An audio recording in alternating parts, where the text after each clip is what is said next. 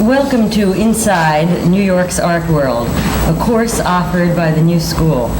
Tonight we are at an art gallery in the Soho cast iron district. I'm Barbaralee Diamonstein, and our distinguished guests are artist Roy Lichtenstein and his art dealer, Leo Castelli. It's doubtful if the art of the 60s would have looked quite the way it did if Leo Castelli had not assembled his group of artists and promoted them into international prominence. He helped define a whole aesthetic period and confirm new boundaries for art. It was he who introduced the first flag paintings by Jasper Johns, the first shaped canvases by Frank Stella, and the first cartoon paintings of Roy Lichtenstein. He may not have written it, but he has certainly lived and helped make the history of modern art since he first opened his gallery nearly 20 years ago. Thank you for having us here, Leo. In 1962, when the art popping on the New York scene was labeled as Neo-Dada, Roy Lichtenstein was known as the comic strip man, who used popular images and printing technology, Ben-Day dots, as a device for formal painting. His remarkable use of the commonplace challenged not only the way in which we live, but our accepted ideas and ways of seeing art. It's often been assumed that the source of Roy Lichtenstein's originality is in his subject matter, the giant brushstrokes, the landscapes, the comics. A first-rate curator and critic and a close friend of yours, Diane Waldman, says that is a misconception about your work. She says that yours is an art of reference and that you're willing to use anything that suits your needs from the art of your predecessors. Would you agree with that appraisal, and which painters would you say most affected your work? What I'm really asking is, how was your vision formed? Well, I think that what Diane Waldman said there is correct, but I think there are a lot of ways of looking at anything, and to say that my art is formed, that my art is an art of reference is one way of looking at it, but it doesn't say everything about it. Not that I'm trying to make it overly complex, but there's no question that I've referred to something in almost all of my art. The early things referred to the comic strips and so forth. But I think what I do is what I think most artists do, and that's to construct a painting, to put marks together, shapes together, contrasts together that have a unity. And that's principally what I think of myself as doing. It has a certain style. I mean, each work has a certain style of its own, depending on the period that I'm dealing with. Photography has an influence. It had an influence on the cartoon things because of the views of certain things, and I think it had an influence on my work because photography had an influence on cartooning itself. Airplane battles and things like that are not something you see at eye level in the normal course of painting a still life or a portrait. So to see a man in an airplane obviously takes is the result of having seen a photograph somehow. Of course, I saw the cartoon, but I think those sort of cinema-like shots, which are used a lot in cartoons themselves, were influenced the character of some early work of mine. I don't think I'm not particularly interested in photography. I mean, as an art form. Photographic thing plays some part in the printing process, so that, the dots and all that have something vaguely to do with photography. That's probably not what you mean.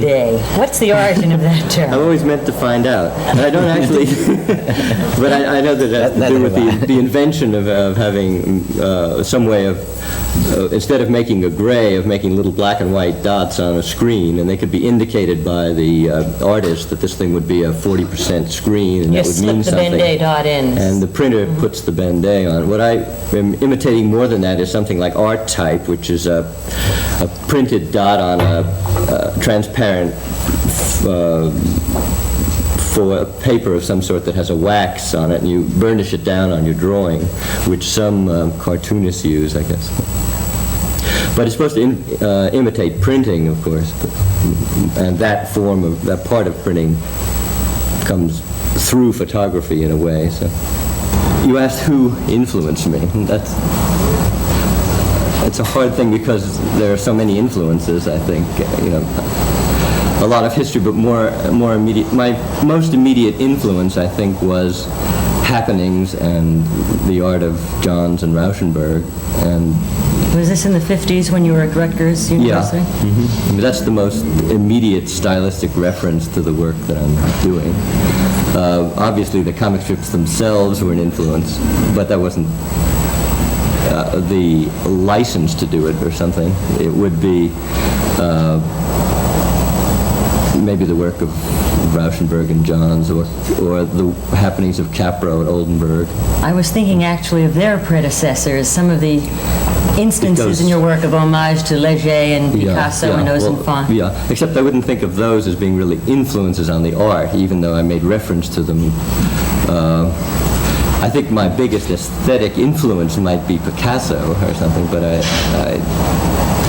just because I think I admire him most, but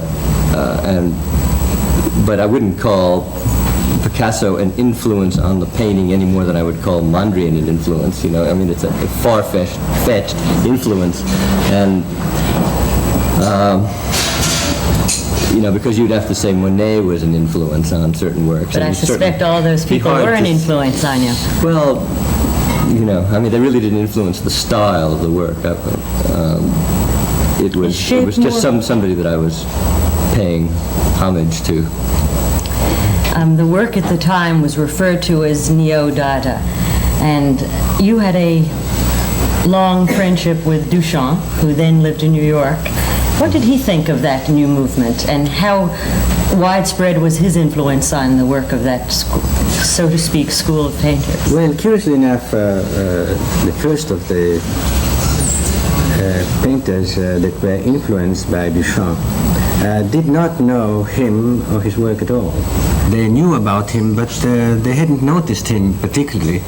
Actually, they got Duchamp through John Cage, who had known Duchamp before they did. So I would say that Rauschenberg and Johns, perhaps Rauschenberg a little earlier, but Johns, who's the closest to Duchamp, discovered in quotes Duchamp, after he had painted the flags, the targets, the letters, and the figures. But then he got to know him, and Rauschenberg did too, and they became fast friends of Duchamp's before the pop artists appeared upon the scene. He then used to come to the gallery, and I showed him Lichtenstein's work at one point when it appeared, and he was very, very interested. He liked it very, very much and thought it was a marvelous development that occurred now in a direction that he did so much to promote. In 1957, the first two artists that you signed up exclusively were Johns and Rauschenberg. Yes, that's true, yeah. Well, what was, and is, the unique character of the Castelli Gallery? What makes the Castelli Gallery different from other galleries? Well, I wouldn't want to boast about what makes it different. I would tentatively say that I always had a historical viewpoint, that I was interested in continuing the great tradition that the Museum of Modern Art had begun of really analyzing painters and movements, a thing that had not been done in France, for instance, where all these painters really come from. Who were the painters that were in the gallery? I was conscious after coming here to this country in '41 and first went to see the Museum of Modern Art, that something was happening there that had never happened in Europe. That Barr, who was chiefly responsible for the choices on the structure of the museum, had analyzed all art, beginning with, of course, the great artists of the beginning of the century, the Picassos, the Matisses, and the sculptors, Arp and Brancusi, of course, and then around that core had assembled all the artists that really had invented something that was new. So, for instance, for the first time in my life, I did see Mondrian here in the United States, and even more surprising, Klee wasn't at all represented in Europe. They didn't know about him in France. That's a strange thing. Well, they knew Kandinsky, but only his last period. So what I found here was this beautifully structured museum with all these movements analyzed. The Surrealists also included. Surrealists, for instance, in France, were not at all appreciated. So that's for the first time that I found out what modern art was about. And having found out what it was about, I sort of thought that I would continue the work of the museum and try to find out where art was going from that point. I had, of course, we all knew abstract expressionism, and I was involved with all the artists of that group, like Pollock, de Kooning, Klein, Rothko, and so on. But that's a movement that I could no longer deal with, because they were all at a friendly gallery, Sidney Janis, and he took care of them. So then, from there on, well, I wanted to continue. Well, what was going to come after abstract expressionism? There were lots of followers, and they were all just repeating mechanically almost the gestures that really had meaning in the others. And when I opened my gallery, I had sort of thought about it for quite a while before I did it. I had to really put together a stable, and that was by no means easy, and accident had to help a great deal there. And that accident in my career was the appearance of Rauschenberg and Johns. When did Mr. Lichtenstein appear on the scene? Mr. Lichtenstein, is that 62? About him, appeared actually in 61. And he did come with a certain number of paintings under his arm.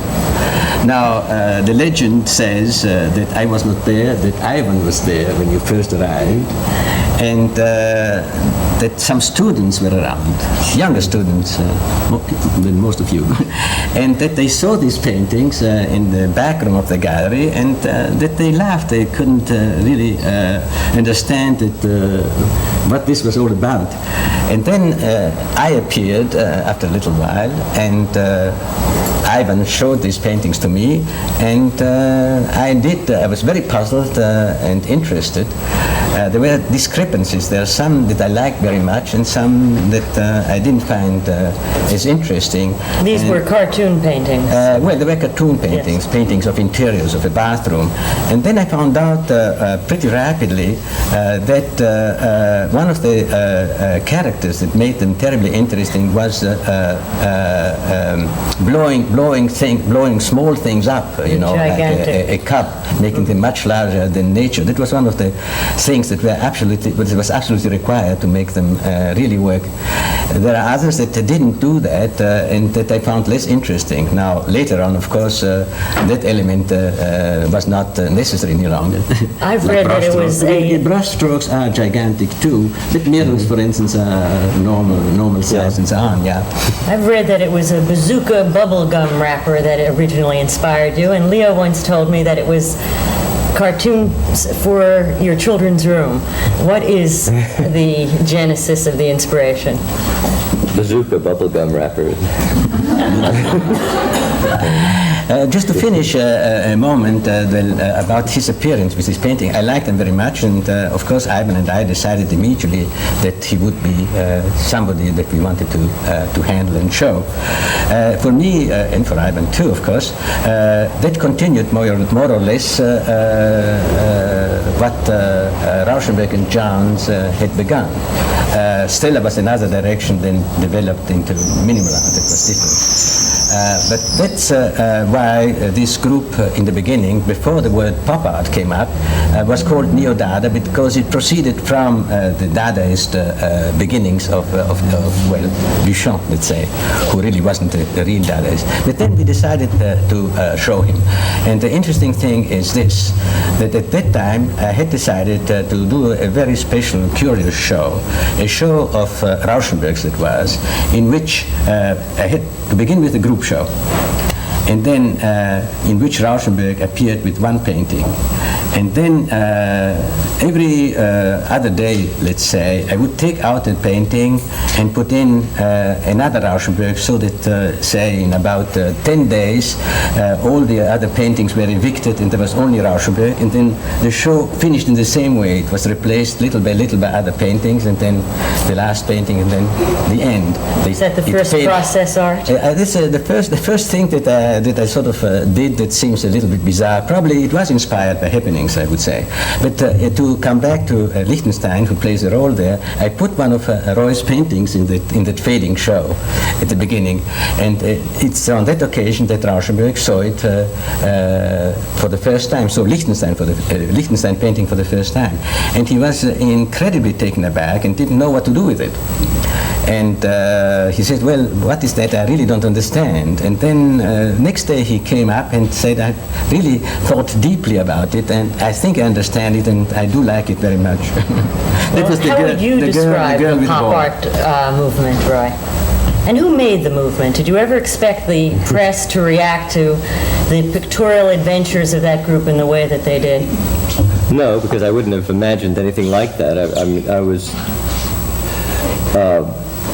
brought up in an era probably when very few Americans had any kind of success with their art in that way, and I was teaching and painting, and I expected to continue, and so I had no expectation that something like that would happen. In fact, I thought that nobody would take the work. The only gallery that I thought would take the work at all would be Leo's gallery, and they did, but I don't know what would have happened if they hadn't, because there weren't too many galleries that were looking in that direction. I think most galleries, advanced galleries, seem to still have abstract expressionist work. And I also didn't realize that other people were doing the same kind of thing, more or less. I mean, things that we called pop art. And well, how did it coalesce to a movement, and who made it?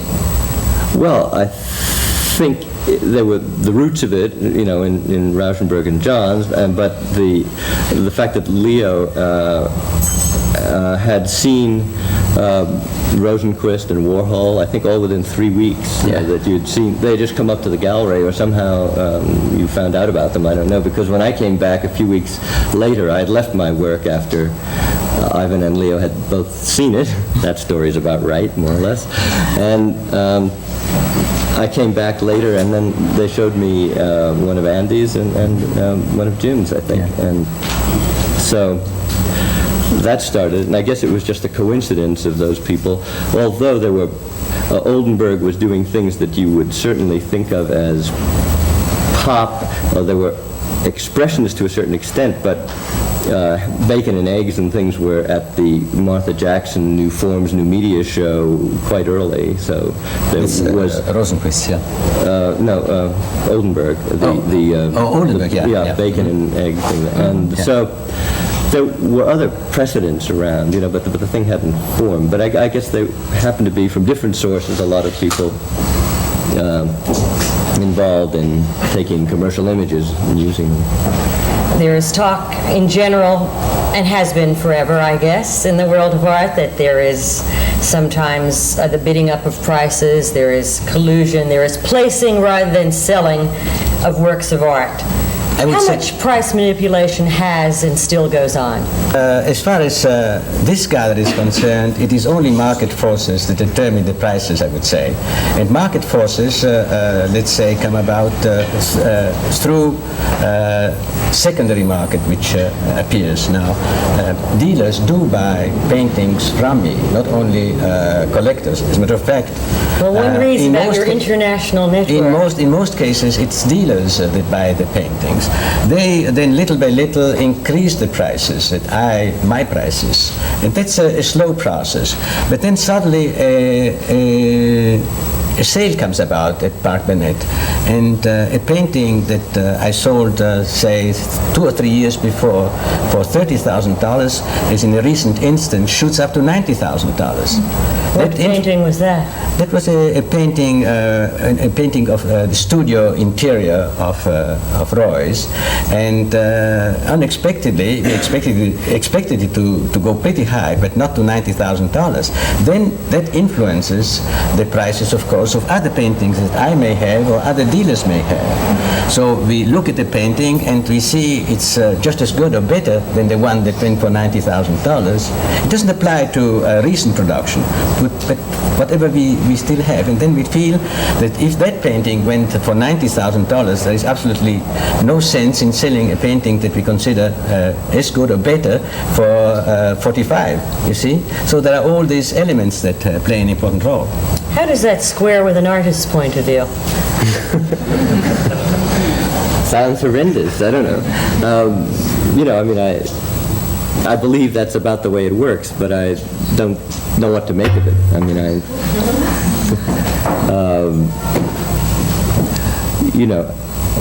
There's no influence I have over the value of the work, but I paint them and ship them here. It's a good place to ship them. The only influence that you have is that always when a new series comes up, we discuss the prices of each and every painting, and we usually pattern our prices on the previous show.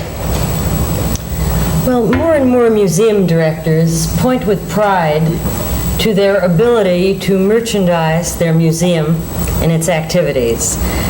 More and more of their conversation seems to concern itself with box office rather than scholarship. What do you see in terms of showing contemporary works of art as the differences in role and function of museums and galleries? Well, we are obviously infinitely more flexible than museums can be. They have to make a plan way ahead of time. They cannot show everything new and important that appears upon the scene. It's just impossible for them to do it. So we are actually the pioneers. And sometimes, I would say during practically all the 60s, the museums really have been very remiss. They haven't picked up any of the new movements, And the galleries, well, the few galleries that really are involved in vanguard art have done the whole job of promoting the new art. The museums haven't done anything. Do you think the museums have been remiss as well? Well, I think they've been very late. I think they were very late with abstract expressionism, and I think they were very late from then on. They were very late with pop and everything that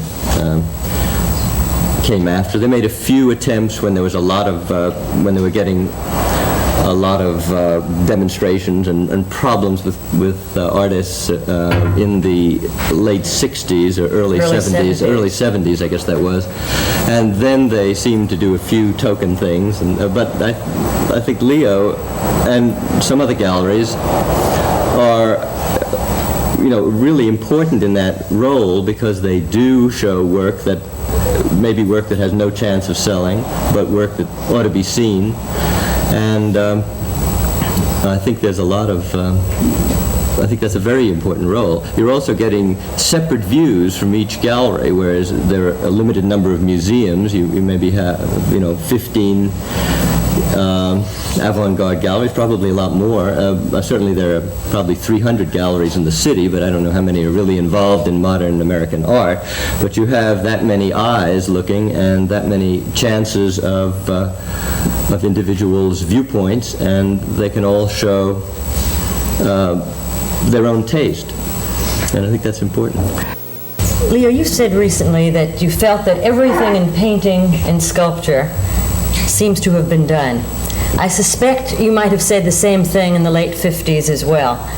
Do you really mean that? Do you see any new trends ahead? I said it seems, but then again, as you say quite correctly, it seemed that way too in the 50s or late 50s, before the appearance of Rauschenberg and Johns, and then later on the so-called pop artists. I'll use the term. So one can never foresee what's going to happen. One might almost say that what happens occasionally is a mutation, really, because artists tend to go on exploring and basing their explorations on the previous artists, and then they see perhaps that there's a new avenue there they can explore, and then the more intelligent ones, the geniuses, do find a way out of the dilemma of going on repeating what predecessors have been doing. Well, your work has certainly evolved, Roy, from cartoons to architectural influences to futurism to Ben-Day sunsets to the influence of Monet and Mondrian and Donald Duck. It reflected, of course, much of 60s technology. In what direction is your work moving now?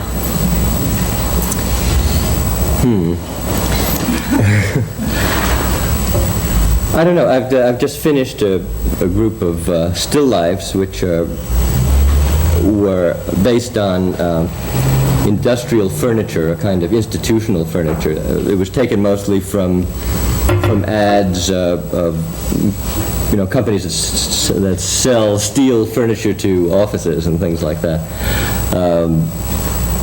That is just an offshoot of other still lifes that I've done. I think I'm going to do something with surrealism, but since I haven't done it, there's no point in dwelling on it. I mean, I have some ideas, a few drawings. Roy has been going on from one theme to the other, working constantly. Jasper Johns produces a group of works, and then for years sometimes he doesn't do much except perhaps prints or drawings.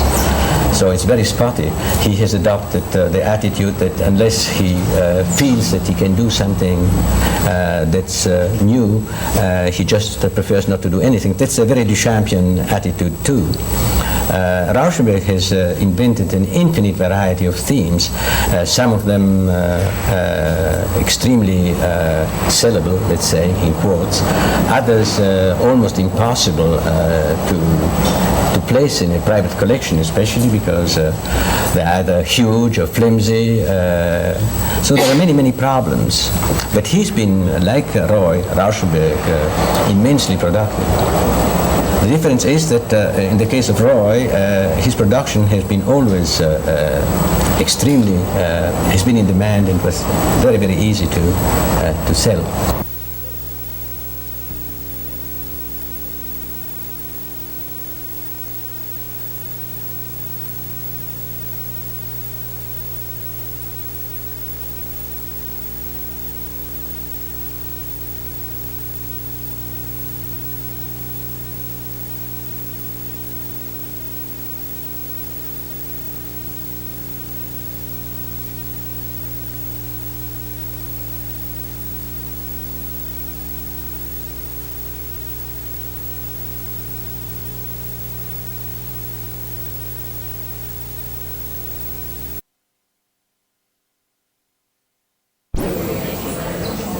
We've discovered that the microphones are only connected to that sound system, but do not amplify the rest of the room. What can we do about that? We can speak as loudly as we can. All right. And when you ask the questions, will you please do the very same thing?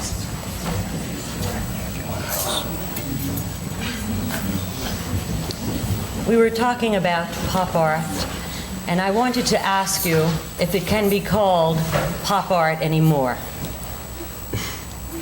I don't know how to answer that question because, you could say, should it ever have been called pop art or whatever? I mean, it's what you think it is, and if it looks like pop art to you, I guess you call it pop art. But, I mean, you're asking me about what a word means, and it only means what you think it means. I mean, What does it mean to you? What? Well, I would just think that, that if the art reminds you of commercial images, then you could call it pop art, since that seemed to be the meaning of it. It's just a quick way to refer to something, and if you know what you're referring to, it's okay. Actually, abstract expressionism was extremely varied, and it was all put into the same bag, too. After all, compare Pollock to Rothko, and you see that the difference is immense. Just speak up a bit, Leo. Yeah. I mean, nothing can be done about the name. It's going to stick one way or the other, and trying to get someone to give an elaborate explanation of the art every time they mentioned it will never happen, so. Leo, you said recently that you felt that everything in painting and sculpture seems to have been done. I suspect you might have said the same thing in the late 50s as well.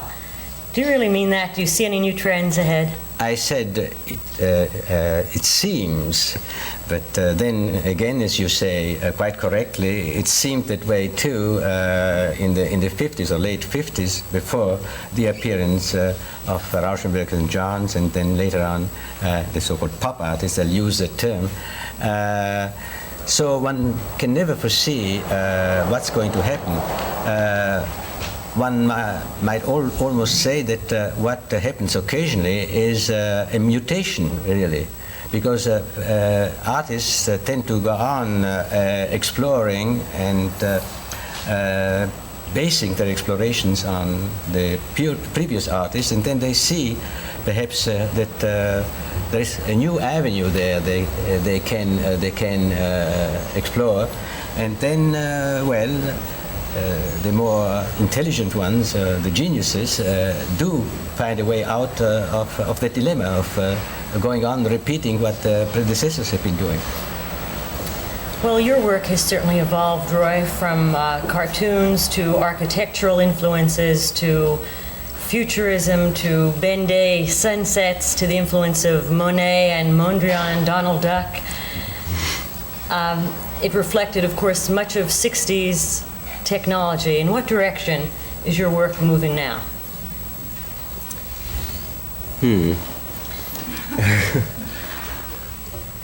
I don't know. I've just finished a group of still lifes which were based on industrial furniture, a kind of institutional furniture. It was taken mostly from ads of companies that sell steel furniture to offices and things like that. That is just an offshoot of other still lifes that I've done. I think I'm going to do something with surrealism, but since I haven't done it, there's no point in dwelling on it. I mean, I have some ideas, a few drawings. You have a show that is opening next week? In Paris, yeah. And what is the subject of that show? That's those still lifes that I just talked about. Is there a sculpture in that too? No. Yeah, I'm also doing sculpture. I guess you know that, that's why. Perhaps you'd like to tell us about that. Well, there's still life sculptures of mostly transparent objects, and there will be in bronze, and it just seems to take a long time before they come out. I've been on them for about a year now, and I've gotten one bronze back, but it's hard to talk about if you're not looking at it. But how do you decide what work is shown in your gallery, and how do you decide the market value of a work of art?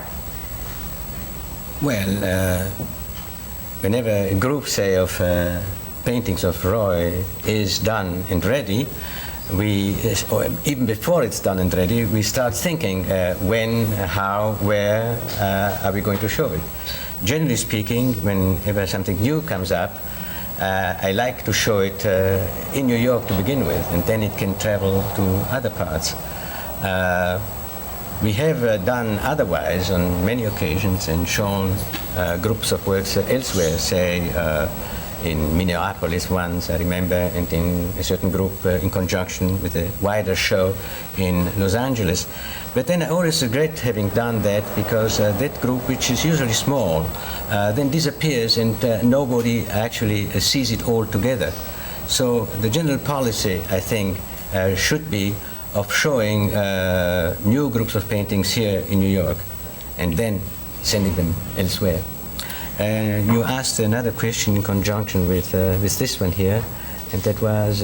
How you decide the what prices. works are shown, but I want to amplify that question a bit, if I may, because there is much talk that prices are not arrived at necessarily as a result of market forces alone. There is talk in general, and has been forever, I guess, in the world of art, that there is sometimes the bidding up of prices, there is collusion, there is placing rather than selling of works of art. I would How say- much price manipulation has and still goes on? It's, I would say, since you mentioned the word market forces, most definitely that market forces alone, in my case, make the prices. Because as far as I'm concerned, when a new group comes up, they have the same, exactly the same price as the previous group. Then there is a secondary market that picks them up. Excuse me, but I couldn't hear any of that answer. Could you repeat it? Well, can you come up to the closer part of the room, please? Can you talk a bit louder, Leo? I'm trying. I didn't know that my voice is so faint. I thought that I was practically shouting. I think the acoustics are not as good as Yeah. they should be. It's Yeah. really a visual space rather than an acoustical one. So, as far as this gallery is concerned, it is only market forces that determine the prices, I would say. And market forces, let's say, come about through secondary market, which appears now. Dealers do buy paintings from me, not only collectors. As a matter of fact, Well, one reads in about most your ca- international network. in most cases, it's dealers that buy the paintings. They then, little by little, increase the prices, my prices, and that's a slow process. But then suddenly, a sale comes about at Park Bennett, and a painting that I sold, say, 2 or 3 years before for $30,000, is in a recent instance shoots up to $90,000. What painting was that? That was a painting of the studio interior of Roy's, and unexpectedly we expected it to go pretty high, but not to $90,000. Then that influences the prices, of course, of other paintings that I may have or other dealers may have. So we look at the painting and we see it's just as good or better than the one that went for $90,000. It doesn't apply to recent production, but whatever we still have. And then we feel that if that painting went for $90,000, there is absolutely no sense in selling a painting that we consider as good or better for $45, you see? So there are all these elements that play an important role. How does that square with an artist's point of view? Sounds horrendous. I don't know. I believe that's about the way it works, but I don't know what to make of it.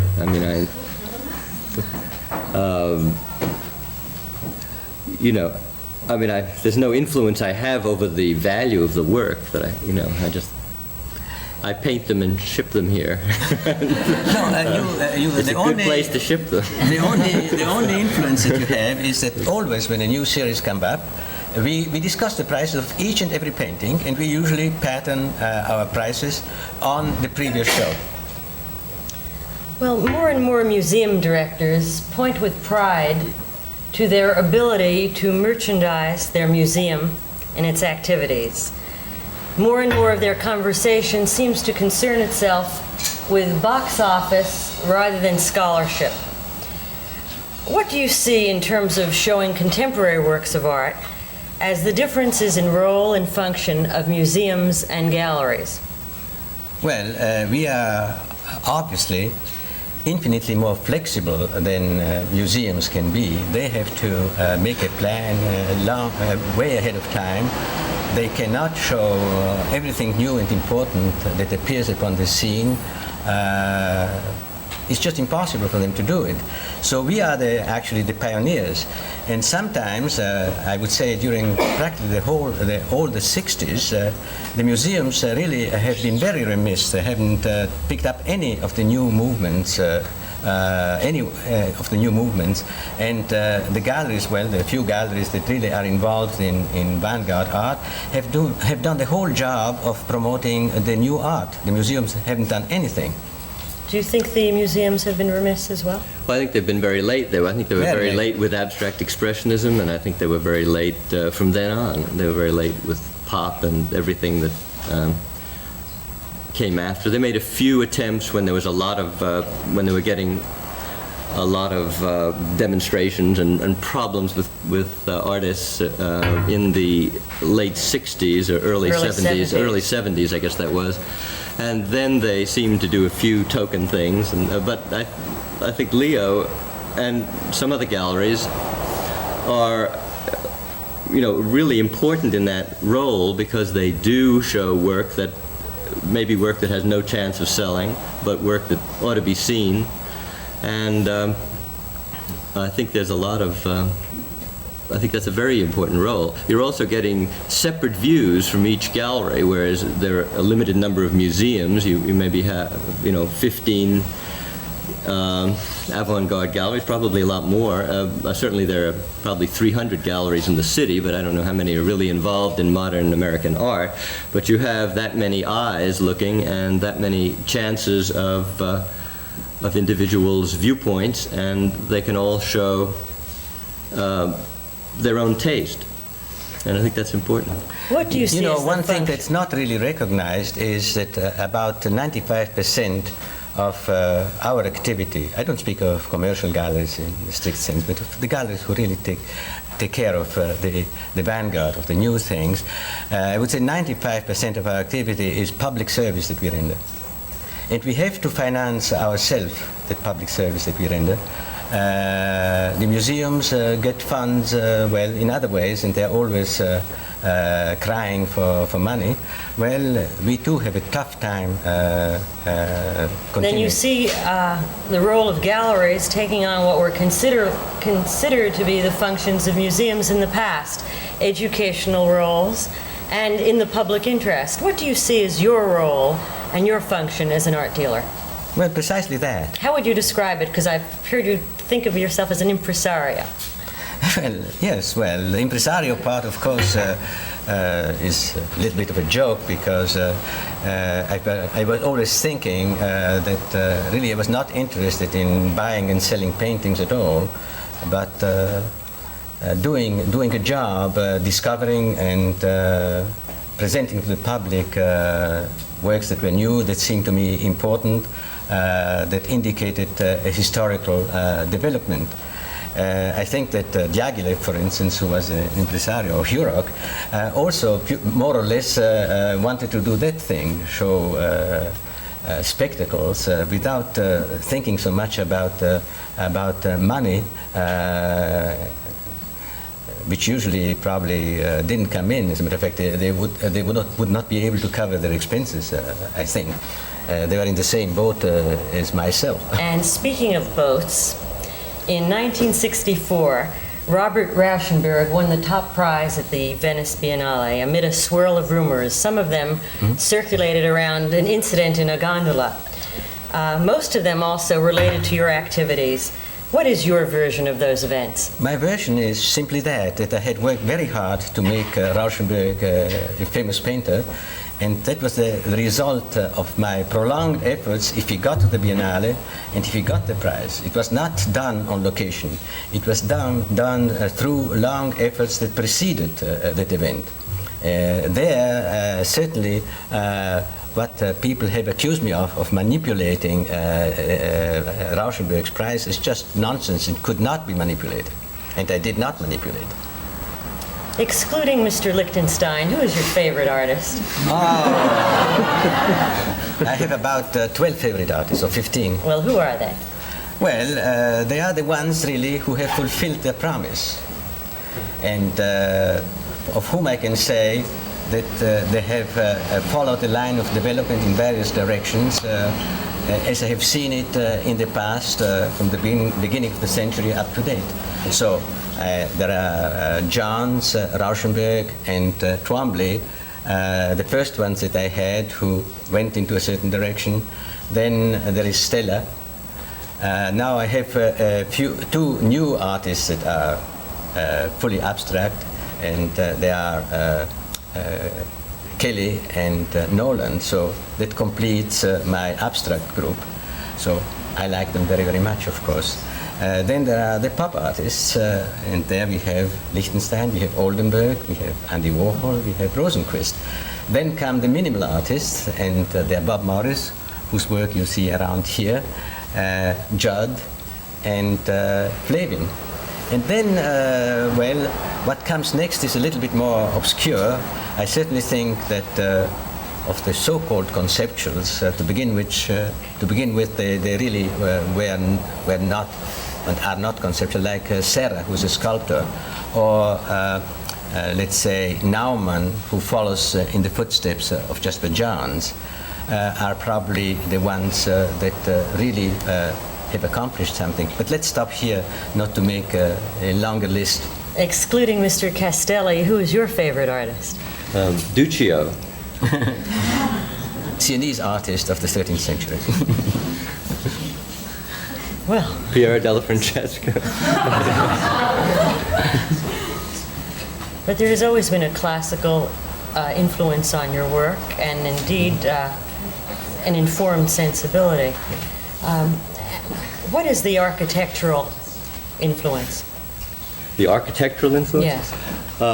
Just pediments and things that I've seen around New York City. I started to do those in black and white. We're talking about those long paintings that have architectural motifs. And I took some photographs And the sculpture. of buildings that were the photographs of buildings in the bright sunlight with the shadow coming down, you know, to show the architectural detail. And I did those black and white paintings, so maybe 4 or 5 years before, and then I found a way of adding color and other texture to the work, and did my recent work that way. But Is shape more important to you than color? yes. I think shape is more important to everyone but than color, because it's the fundamental thing about art. I mean, there isn't such thing as color without shape. It has to end somewhere. I think that it's always been fundamental. I mean, you can't, any kind of contrast, I mean, you make a mark and it has a shape, and if you put a color down, it has a shape. And I think that you really organize a painting primarily through shape. I've never seen a color organization that had no form, you know. I mean, I don't think there is such a thing. How do you characterize the use of words in your paintings? Just the sort of absurd statements, I think, that form a gray pattern with the word letters against white, you know. I mean, a sort of black and white pattern that they form. The words that I've picked have either been, you know, silly or overly complicated statements, or Oh, no. something, you know. Oh no isn't too overly complicated. Can get very complicated. But Taka Taka, that painting has a very complicated statement, which I can't remember. Yes, that's one. We pause for a moment now.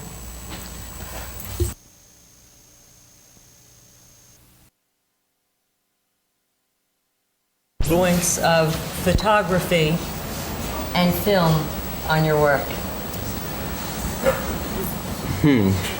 Well, I think photography has an influence. It had an influence on the cartoon things because of the views of certain things. And I think it had an influence on my work because photography had an influence on cartooning itself. Airplane battles and things like that are not something you see at eye level in the normal course of painting a still life or a portrait. So to see a man in an airplane obviously takes is the result of having seen a photograph somehow. Of course, I saw the cartoon, but I think those sort of cinema-like shots, which are used a lot in cartoons themselves, were influenced the character of some early work of mine. I'm not particularly interested in photography. I mean, as an art form, photographic thing plays some part in the printing process, so that, the dots and all that have something vaguely to do with photography. That's probably not what you mean. Bende? What's the origin of that term? I've always meant to find out, and I don't actually, but I know that it has to do with the invention of having some way of, instead of making a gray, of making little black and white dots on a screen, and they could be indicated by the artist that this thing would be a 40% screen, and that would mean something. You slip the Bende dot in. And the printer puts the Bende on. What I am imitating more than that is something like art type, which is a printed dot on a transparent for a paper of some sort that has a wax on it, and you burnish it down on your drawing, which some cartoonists use, I guess. But it's supposed to imitate printing, of course, and that part of printing comes through photography in a way, so there's that influence. What do you think of the Wyeth show being held at the Metropolitan Museum of Art? Before all these cameras and everything? Splendid idea. And now without the cameras. Still splendid. Why do you think Henry Gildzahler... I just saw those debates last night. I can say anything with a straight face. You said you can say anything with a straight face? Why do you think Henry Gildzahler refused to act as the curator of that show? Right. I agree. And your comment from the Mr. Castelli? Well, I won't repeat what he said, but I say no comment.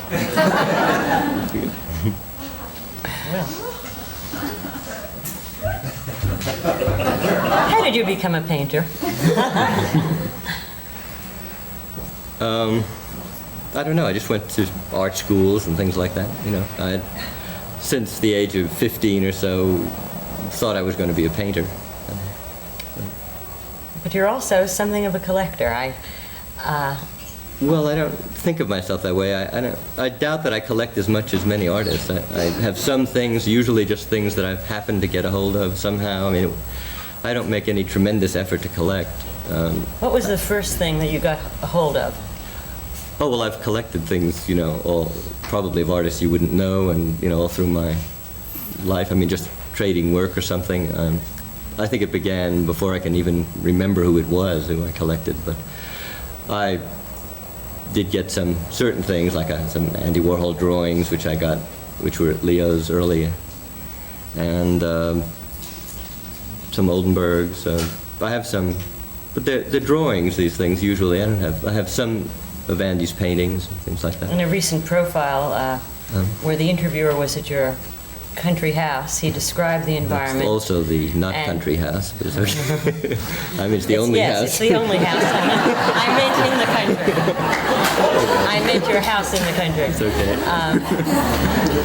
And the description included an environment that sounded as if it was filled with Warhols. Well, And the room we were Ozonfon. in had Warhols, yeah. Mm-hmm. And Ozonfon. Well, I have an Ozonfon. I have a couple of Miro drawings and stuff. Mm-hmm. But I think there are artists that really collect, and I know Stella really collects not very well. many, really, I would say. Mostly do it a bit as casually as you do. Yeah. Well, Frank has quite a bit, Stella, and no?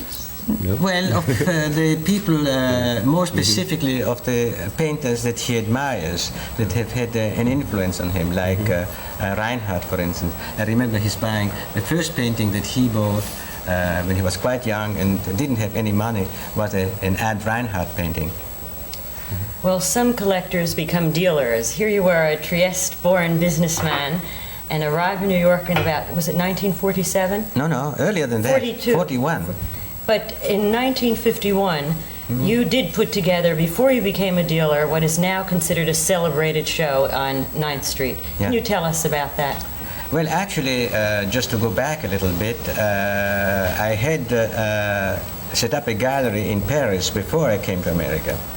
So when I got here, well, I got interested in what was going on here, and I knew quite a few people, like Julian Levy, for instance, who had the gallery at that time, and I knew quite a few artists that soon after the outbreak of the war came over, like, well, Duchamp, Léger, and so on.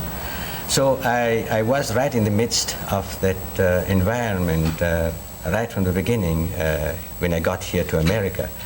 I saw Peggy Guggenheim right away at that time, Pollock even before the very early Pollocks. So then at that moment I didn't have funds or possibility of doing anything. And very shortly after my arrival, I got into the army, into the war. And so I really could begin some kind of activity only after I got out of it in '46. That's when I really began to go around and got to know the artists like de Kooning, like Pollock, and so on. So my knowledge of those artists, I didn't have really much to do. I was sort of a private dealer. I did what I could do with paintings that my associate in Paris, who still had the gallery going, was sending over here. So that made a livelihood for me. But my chief occupation really was to spend my time and life with the artists down on 10th Street at the Cedar Bar and so on. So at one point we had a club that was sort of formed back in 48, I believe. And all the artists of that group and other people used to come, and we used to discuss various matters. And then the idea came up of doing a show of all these people that the museums really didn't want to touch back in '51. You know, Pollock, David Smith, all those. And we set up this 9th Street show in an empty store that was in a house that was going to be demolished. And we got it for very little. For a period of 2 months, I think we paid $150 for the whole thing. And then, with the help of the artists, we painted the walls. Franz Klein made an announcement. I was the only one who had a little money, and believe me, it wasn't much. I contributed something like $500 or $600 to the enterprise. So then we had a solemn opening back in '51, that was in May. And there were lots of people that came, including Alfred Barr and people from other museums. And is this the counterpart to the Salon des Refusés? That was the counterpart, as we saw it, to the Salon des Refusés, and it was really a great success. Unfortunately, Roy wasn't around yet, but Rauschenberg was part of it. Yes. I think that of the younger people that I have in my gallery, only Rauschenberg really. No, there was another painter who now is with Rubin, Friedel Zubas, who was in that show. That's about all. Apart from that, there was, of course, all the major painters, Klein, Pollock, David Smith, de Kooning, and so on, and they all had worked very hard to put that show together. Well, you've not only spawned a generation of artists, but dealers and collectors, too. Who do you consider to have some of the most finest collections of American art in this country or any place in the world? What are the outstanding collections? Well, there were some outstanding collections here in America. Few of them have been dispersed. It's very regrettable that, for instance, Ben Heller dispersed his great collection of unique collection of abstract expressionism. But then everybody has his reasons for doing it, and you can't say how silly of him to do it. He probably had to do it for some reason or another. Another great collection that was also dispersed, being dispersed, is Scull's collection. Fortunately, the Tremaine collection. Reality and truth. Fortunately, the Tremaine collection is still all together and is probably going to be given to the National Gallery in Washington. Whose main collection? Tremaine. Oh, Tremaine, I'm sorry. Burton and Emily Tremaine. Yes. So that's for the new wing of the National Gallery? In the new wing of the National Gallery. Has that been announced? That will make the National Gallery, with other acquisitions that they have made, like the famous Pollock that they just bought, Lavender Mist, a few weeks ago, will really make the National Gallery into one of the best gallery of modern art in the country. Has the acquisition of the Tremaine collection been announced yet? No, that has been not announced yet, because after all, they're still alive and they don't want to get buried on that occasion, you know? What is the range of that collection? It begins with the beginning of the century, includes Europeans. It's a little bit unique in that way, because most of the great collections like skulls did not include Europeans. So this includes Europeans from the beginning, good examples, say, of Picasso, Braque, and so on, up to Lichtenstein and farther. So that's a very good collection. Not too many paintings, but very well chosen. Another great collection that's still alive and kicking is Weissman's collection in Los Angeles.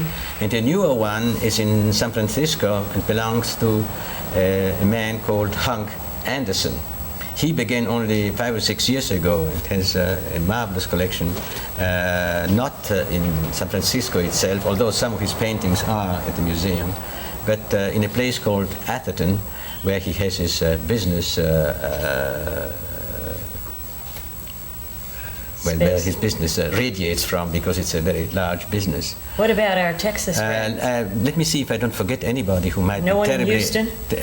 Houston, there is really, apart from the fantastic de Menil collection, which is very, very special. You can't really compare it to anything else in the world. It's varied, it includes everything, and it's chosen, let me flatter you a little bit, in the same spirit that your collection is chosen. In that spirit, all kinds of extraordinary things include oceanic art, Negro art, and so on and so forth. Even paintings, Renaissance paintings. They have an absolutely marvelous little Clouet painting, and anything they can think of, just chosen with an eye to its perfection. They also have recent paintings, of course. There was the Kraushaar collection, but that got... there was a Kraushaar collection, but I have to mention other great collections that are not here, unfortunately, but contributed enormously to, make the market here, and even call attention of collectors here, museums here, to the fact that American art was more important than these museums or these collectors thought. And that's the Ludwig collection in Cologne, at the museum. It's a private collection, but he's giving it to the Cologne, to a new museum actually, that he's going to build in Cologne. For the moment, it's housed in the old museum. And he's the only person in the world that has, say, something like 12 Lichtensteins together in the same room. They have Lichtensteins over at the Modern or at the Whitney, but they show only one at a time, or perhaps none, because they haven't got the space. He's got the space to show 8 Jasper Johns, 12 Lichtensteins, 9 Rauschenbergs, and so on. That's probably the greatest collection of the 60s in the whole wide world. And if people want to go and see Jasper Johns or Rauschenberg or Lichtenstein or Rosenquist and the others, they have to go to Cologne. It is not found anywhere in America. Another great collector that I want to mention is an Italian, and it's Panza di Biumo, who is more idiosyncratic. He omits certain painters for some complex reasons that many cases are not easy to understand. So he has, for instance, something like 20, 25 Oldenburgs of the early period. He has, 6 or 7 very important early Rauschenbergs, some Lichtensteins and so on. But you see, the real reason why he's so idiosyncratic is that he buys only at the beginning, when he discovers them, as I do, at the same time practically, and he can have them for very little money, then they become too expensive. Or in cases like Jasper Johns, whom he liked very much, where there was never enough available to please him. So he would come and say, well, what Jasper Johns do you have available? So I said, well, there is this one painting. He says, I never buy one painting. List making, at best, is neither gratifying nor definitive. We're going to ask each of our guests each week to, regardless of price or availability, what your favorite painting, sculpture, or work of art might be. Roy? Oh my goodness. You mean Any place, anywhere, any period, any location. Well, what I can think of is Girl Before a Mirror, which is, the Picasso that the Museum of Modern Art has. That's... And sculpture? Let's see if you think alike. I'm sure I'm going to forget something monumental.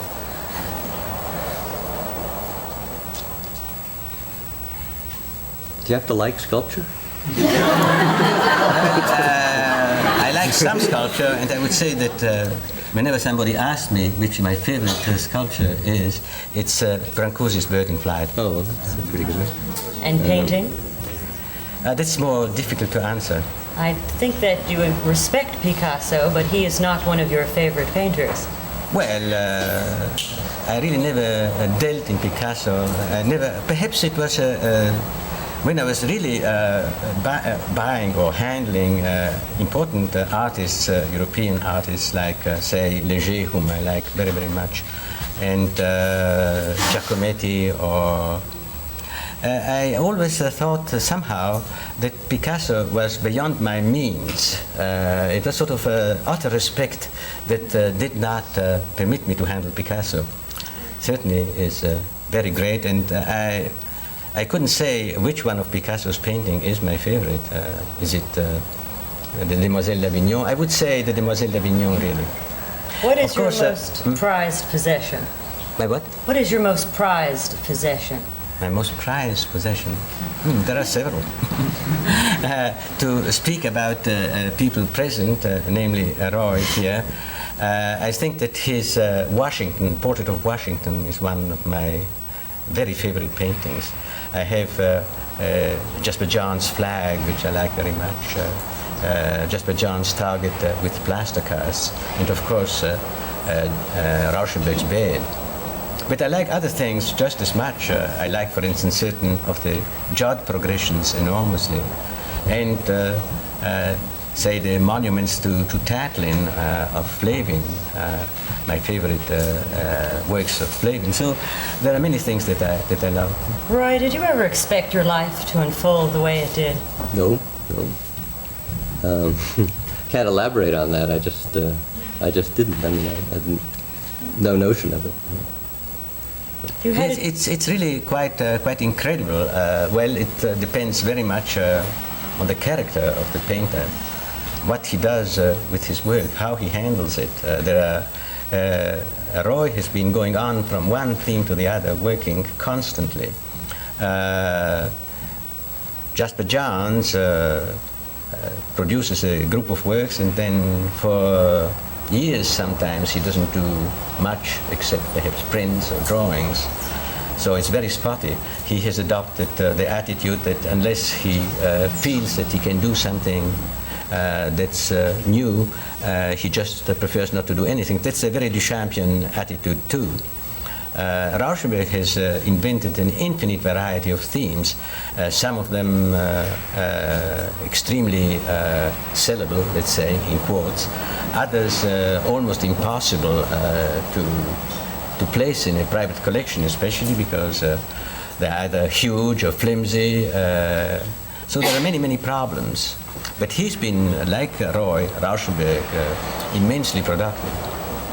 The difference is that in the case of Roy, his production has been always extremely, has been in demand and was very, very easy to sell.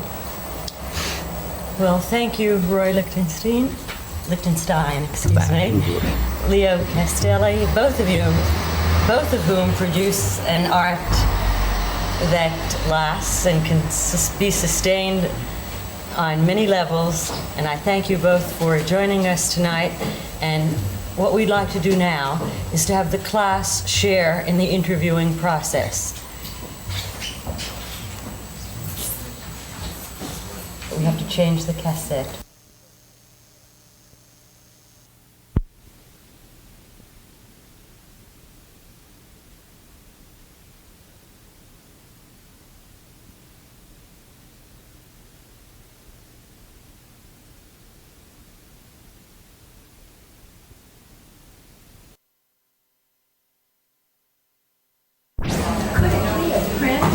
Would he have been that well known 20 years ago that that probably working for Harper's Bazaar, since it was a shoe. He was an illustrator at Harper's Bazaar, and he often did do shoes in that period. Yeah, he was a And commercial. certainly then, he did do shoes. But for Harper's Bazaar, is the point. Not for the Andy Warhol that you know. He was then a magazine illustrator, and I don't know, doesn't it sound as if it might fit into that period? Oh yes, it fits into the period, the pre-Andy Warhol period. I really don't know much about the period that preceded his, let's say, pop art period, because he doesn't really want to talk about it. Well, every now and then, if the spirit moves you, research the pages of Harper's Bazaar in the 1950s, and you will find lots of illustrations and sketches by Andy Warhol. But would they be originals of those, or would those have been... Oh yes, there are originals. There are. are. There are. Occasionally people come and show them to me. I even have one now at the gallery. It's a cat.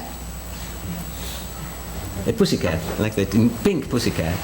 And strangely enough, he recently did a series of cats and dogs. So he came back to that theme later on. But they're done in a very different way. Would Mr. Castelli please comment on the artist and this particular painting that would, I can't even really see if it's a painting. They're felt hangings by Bob Morris that you're referring to. Could you tell us a little bit about it and why you chose this artist in this particular work? Well, first of all, the show is not complete. He just started hanging it. There will be, let's see, one here. Opposite the black one, a white one, because you have the one black one and then the same thing in white.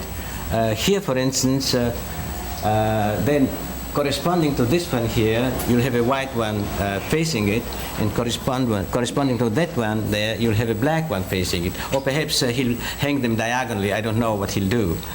But anyway, he's been using this medium, felt, for a very long time. And if you're interested, come one day, and I could show you how these things have changed through the years. I think it's at least 10 years that he's been using felts, if not more. And there is an infinite variety that he's done. And you have to conceive of them, well, just to simplify matters, perhaps as reliefs. They are not in metal or in wood, but they are reliefs in felt. Now he is not only just briefly a minimal artist, as I said before. He has a very wide range of interests. He can be surrealist. He works with tapes.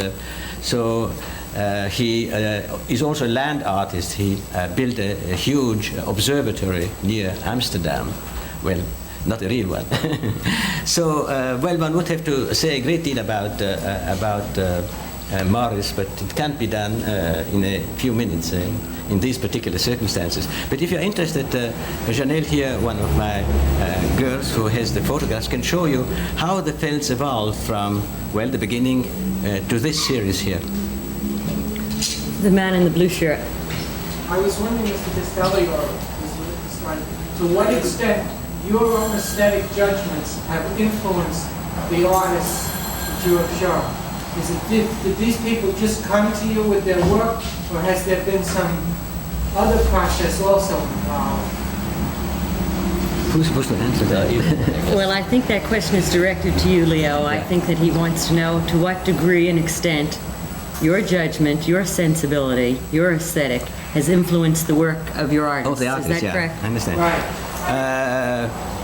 Hardly at all, I would say, except, well, in the choice of that I make of a group of paintings, I will prefer, say, 3 or 4 above, let's say, the rest. And I will probably express this, saying it to Roy that I like this one or that one particularly, that might very indirectly influence him. In the next series, he sort of can figure out what elements in a work of art I do prefer. And there I have to say something that may interest you. In the beginning, Lichtenstein did two types of paintings. Some very formal ones, where form was an important element, and some which were more related to the comic strips that were funny. Now, I liked the paintings that just for their formal elements and didn't particularly care about the contents. I think that Ivan Karp was quite involved with the content too, and so Ivan would express his enthusiasm about that particular group and I about the other. Now, I suppose that perhaps it's not true at all that what I felt about that particular group had a certain influence on Roy, and he perhaps little by little or very soon abandoned the funny content in the paintings. I don't know whether it's true. You perhaps say something about that. Question to Roy Lichtenstein. What do you think that Mr. Castelli has? Maybe I'm entirely wrong there. I don't think so. I'm going home to do a lot of funny paintings right now. No, I really don't know. You know, I think anybody's appreciation will have some sort of influence, but I don't think I proceed that way. I start with something that I like, and it might wind up one way or another, and I'm not sure I could even predict what direction I'll go in. You know, I really don't know. You know, I don't. But just to conclude that, I would say that generally speaking, here in this gallery, the painters do what they like, and they are never refused or rejected. Maybe if there is a group of 12 paintings, say, and I need 10, I will eliminate 2 that I think less good. That's the only thing that only influence that I have.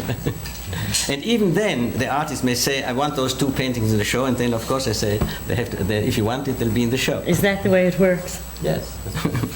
But I think that it's, I don't know whether that would really influence anyone. It is, I think because there are a lot of influences, and after all, there are other friends, you have friends, other people. you have Yes, and obviously there are. your own likes and dislikes apart from that, and I don't know. I mean, it's just the same sort of thing as people have asked, is there an influence to remain the same or something? And then I would say, well, maybe, but there's also an expectancy to change. Yeah, because, that's And that very lack of consistent style is what often baffles your more formalist critics.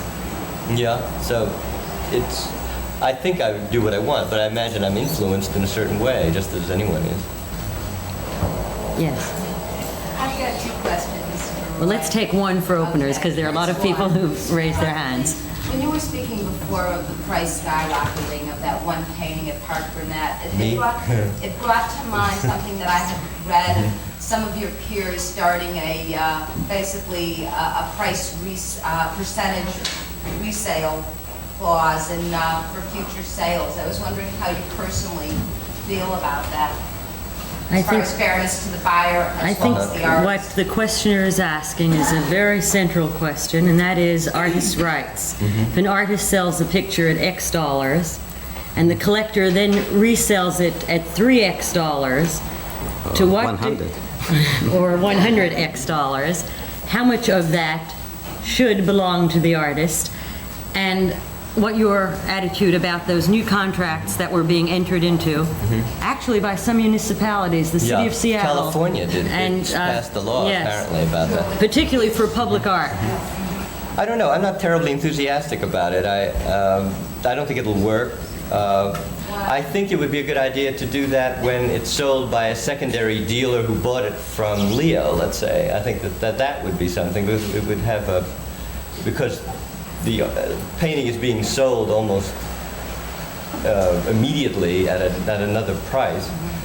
The reason that I don't believe in so much in those things is that it isn't being sold the way sheet music is, you know, where you would get a certain amount. I mean, you're really selling it the way you'd sell a house, and it's sold, and that's it. I just don't. Exactly. I don't think you would ever know. Suppose a painting were traded for 2 other paintings and some money, or some. I mean, all kinds of complicated ways that paintings are traded.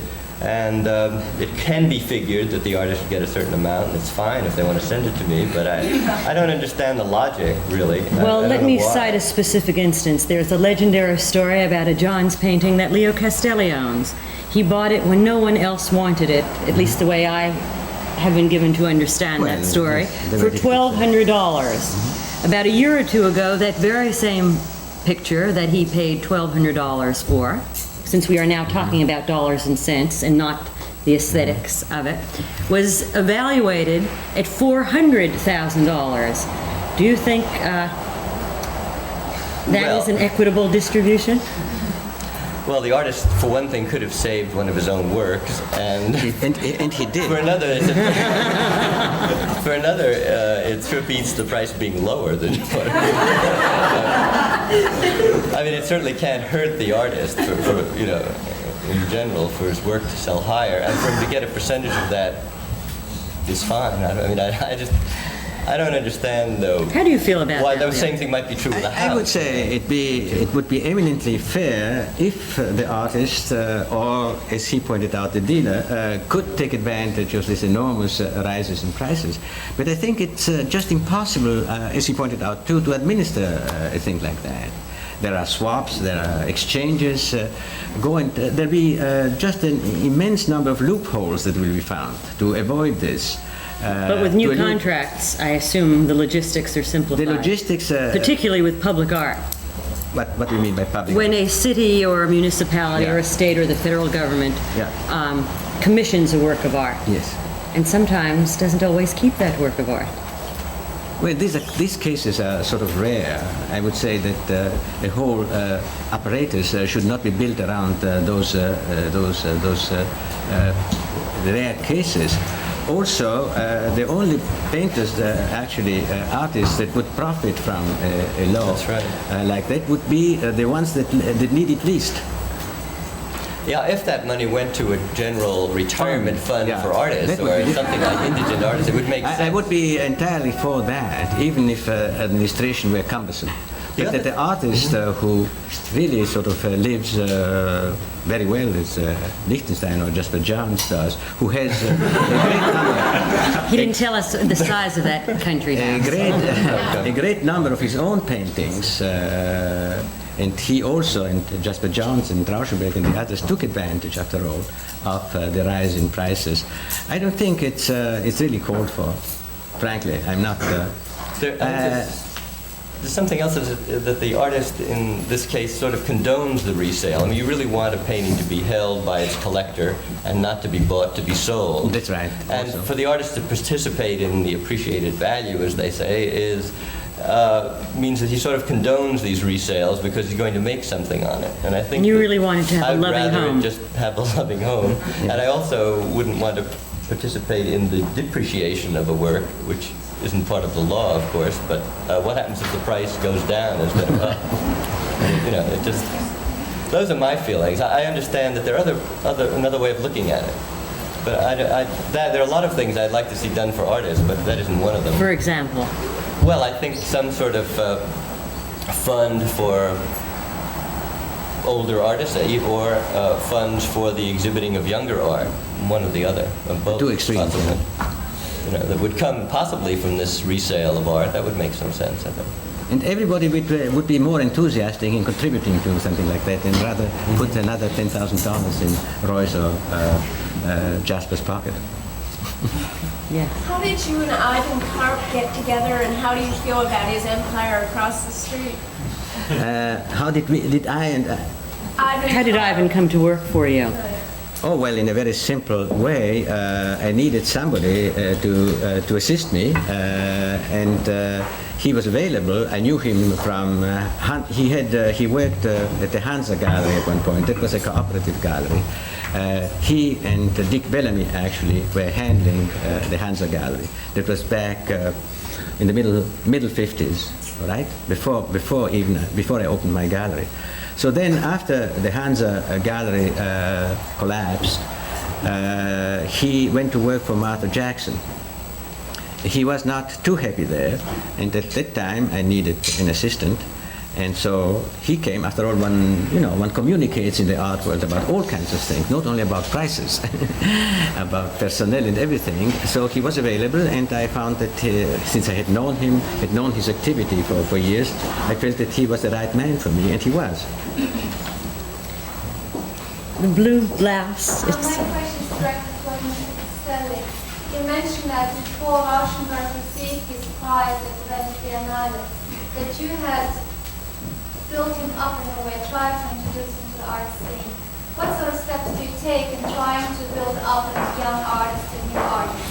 What do you do in promoting Just the artist? say that for me. The questioner referred to your mentioning of, before the Biennale, you're building up and promoting the work on an international scale of Rauschenberg. That's right. There are a number of people in this room who are closely identified with the world of art as painters, as dealers, as collectors. And the nature of that question was, how do you go about Building them up? Well, one thing is first complete and total belief in that artist. If you don't believe in him, you can't build him up. I had really a fanatical enthusiasm. You can't imagine how fanatical it was. Now everything sort of course, has taken its course, and many years have gone by. But how fanatical I was about artists like Rauschenberg, like Johns, like Lichtenstein, and so on in the early times, and therefore I felt it's almost like a mission to promote them. I was very much assisted in that work, as far, especially Rauschenberg and Johns are concerned, by Alan Solomon, who did that splendid show of Rauschenberg's first and Johns afterwards at the Jewish Museum.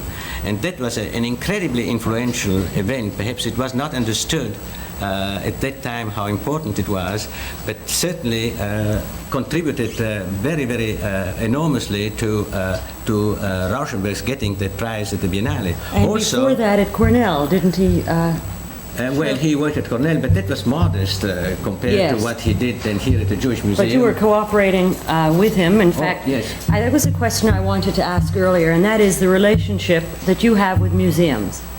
Well, first, in the early days, in my salad days, it was immensely respectful of this great man of the past, like Bar. I hardly dared talk to him. And if he condescended to exchange a few words, I felt highly honored. It still would be if poor Alfred were still he's in very bad ways, you know. He's in a home, and well, his mind is slipping. But that was my first attitude to the museum directors. Now, younger people whom I've grown up with have replaced them, and they are all my friends. There is no problem anymore. One last question. Mr. Castelli, I have a question to you. How do you find the new artists? Do they come to you or do you go to them? And how many new artists do you put into your stable a year? She wants to know how an artist makes your grade, and I think you should know her husband is a painter. I see something like 5 artists a day. They come to the gallery with the most varied stuff, and my constant, very kind answer, I try to be as kind as I can, and it's the honest truth. I really can't take on anybody now anymore because I'm chock full with artists, and there's not enough space, not enough time to attend to all that. But it's not the entire truth, really. I also try to give them advice to what other galleries to go and so on. But the entire truth is that artists that I would take into the gallery don't come about except by an extraordinary accident, and perhaps that happened more in the early days. They have to fit somehow, and I get them sort of in a more atmospheric, climactic way. They come up, one hears about them, there are sort of mysterious things that happen that bring up an artist out of nowhere. One last question. Yes. I wanted to ask Roy what you were talking about funny paintings before. Your painting is really beautiful and happy, and I don't know, I feel guilty like sometimes if art is too beautiful. I think it's too decorative, and I know that formally your stuff is just so strong. I'm wondering, painting for you like really an intellectual exercise, or is the deepest part of you finding expression, or what's the purpose of making pictures for you? Those things, all of those things, I think that it's really hard to talk about what really deeply motivates you. I have certain ideas which are obvious, they may even be superficial, and they're, the general thing that the art seems to be saying is usually on a superficial level because that's the style that I'm usually working on. I mean, it may even be a silly comment on something or something like that. But I'm trying to make a strong painting, as you suggest, but trying to make one doesn't make one. It is involved with everything about the way you think form ought to be, color ought to be. It gets involved with you as you're actually putting the marks on the painting, and a sense of where they should be and what they should look like, and adjustments that are made. These things come from some central tendency, or you hope it's basic enough to communicate with other people. I mean, that it reaches some innermost part of you. I mean, I don't want to get to make it sound too weighty, but it must have that, or otherwise it would have no possibility of communicating. It also takes someone who can see it, too. Well, thank you for communicating with us orally as well. Thank you, Roy Lichtenstein and Leo Castelli, and thank you for what I'm going to do, 2 weeks again, I'm going to take both of your pictures.